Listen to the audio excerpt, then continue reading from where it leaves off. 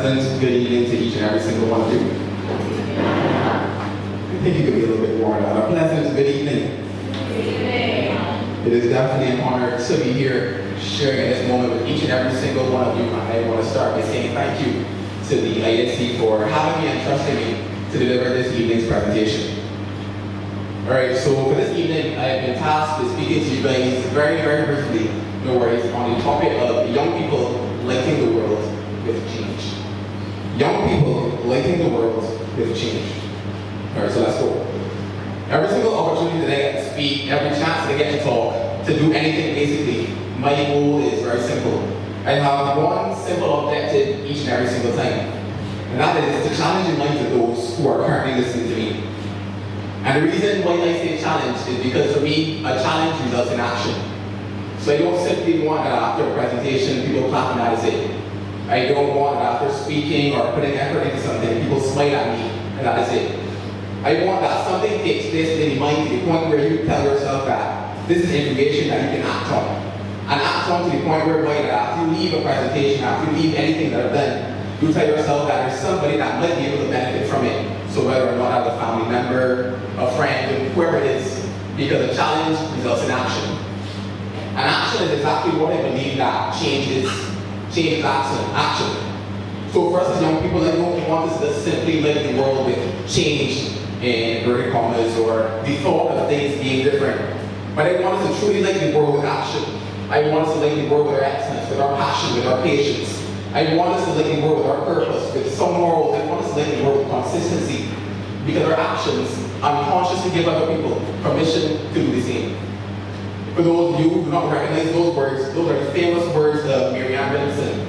When she penned that poem, Our Deepest Fear. If any of you have ever watched Coach Carter, you definitely know what I'm talking about. So for those of you who don't know, it goes, our deepest fear is not that we're inadequate. Our deepest fear is that we're powerful beyond measure. It is our light, not our darkness, that most frightens us. We ask ourselves, who am I to be brilliant, gorgeous, talented, fabulous? Actually, who are you not to be? You are a child of God. Your playing small does not serve the world. There's nothing enlightening about shrinking so that other people won't feel insecure about you. We're all meant to shine as children do. We're born to make manifest the glory of God that is within us. It's not just in some of us, it's in everyone. And as we let our own light shine, we unconsciously give other people permission to do the same. As we're liberated from our own fear, our presence automatically liberates others. And as we let our own light shine, we unconsciously give other people permission to do the same. So our actions are meant to encourage others to act. And hence why I find it very baffling when we as young people take offense when somebody is inspired by something that we do. Something as simple as asking somebody what app they use to post something. Things like that, because for me, I think we take pleasure in somebody being inspired by our actions, by the things that we do. Because if we're truly active in our passion, if we're truly active in our purpose, then we can only expect that somebody will want to do something similar.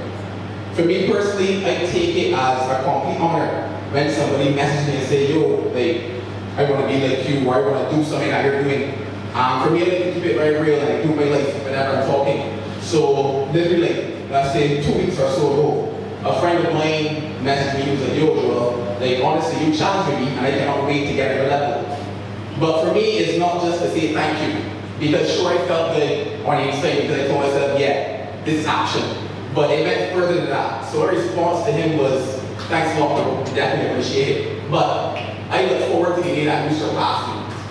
At least started thinking that I need us to get to. So I told him I look forward to the day that you surpass me. But in the meantime, I'm going to continue working hard and raising the bar so that when you surpass me this sight. I started thinking that I wanted to get to as young people because our actions are meant to encourage others to act as well. Beyond change being action, change is also a process. And the process is something that I know for sure I personally struggle with. Like, I have very little patience. But the process requires patience and persistence. When each of those are required, I have no idea. But honestly, every situation requires both patience and persistence. So another example of the process. Several years ago, I was looking to do an internship at a company. And to get this internship, I first had to write an essay on how can this internship develop my mind and change the world? And I was stuck one time because I could not understand or figure out how being an internship in this company could impact the world, because all I saw it as a very small room. So then I had to break it down. So this is the process. How can this internship develop my mind? For me, I then wrote that this internship can develop my mind because, first of all, by being in that company, I'm now exposed to new material. So that new material is going to go into my mind begins to develop. By being in that internship, I'm also exposed to people with 5, 10, 15, 20, 30 years of experience, both work-wise and life-wise. By interacting with those individuals, they also contribute to my development as well. So, that was the first part. How can this internship develop my mind? Now, going on to change the world. For me, wherever I go, I take me with me. So, the new knowledge that I will gain, the experiences as a result of that internship, I now take back into my everyday life. So my conversations begin to be a little different with my friends. The way I talk, the way I walk, the way I interact with them begins to be a little different because the new knowledge that I have, that then begins to probably impact them. So it goes to my friends, it can probably go to my family members, the people around me, it can go to my community. From going to my community, you never know, somebody might take an interest in it and want to bring an article at a national level. Man, process there continues. So it goes from simply being in that room now at a national level. At that point in time, I was also at the University of West East Gabriel campus, and it hit me. There are people on this campus who do not only live in Barbados. So sure, in the meantime, when I'm at school, they're here, but they also go back to their homes as well. So we make conversations with them, they now have the potential to be regional. And after being regional, the only step after that is for there to be an international discussion. So it is a process. And the process is something that I want us as young people to appreciate. Because I think that we've become very microwavable in our approach to life. So we think 3, 2, 1 beat, that is it. Something has to happen. We give up very early. But if we understand our actions are meant to inspire others to act as well, when we give up, what kind of action can we expect others to have as well? So be patient in the process, be persistent, but also understand that change is a relay. So change is action, change is a process, and change is a relay. When we think about great men like Martin Luther, when we think about women like Mother Teresa, they started a process that we're now beginning to experience the results of. They probably ran leg number 1. It is our job to run leg number 2. For us as young people, we often think that when we start something, we need to see the end of it. That is not so, because change is also related. There are some things that you must start and never finish. I remember I was doing an interview 2 years ago with a lady by the name of Carol Roberts, very wise lady. And she told me in that interview, we stand on the shoulders of those who have gone before us. We stand on the shoulders of those who have gone before us. So within me, how can I expect somebody not to want to stand on my shoulders as well? Because change is a relay. So question whether or not you're in leg number 2, leg number 1, leg number 4, but always understand that it goes beyond you, because you are not going to be the last person on the face of this earth.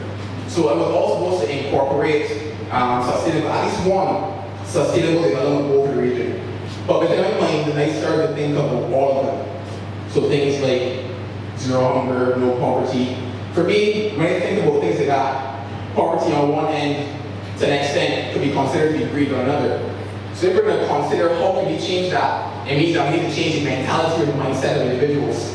And the only way to do that is to have discussions on the fact that this mentality or this needs to change.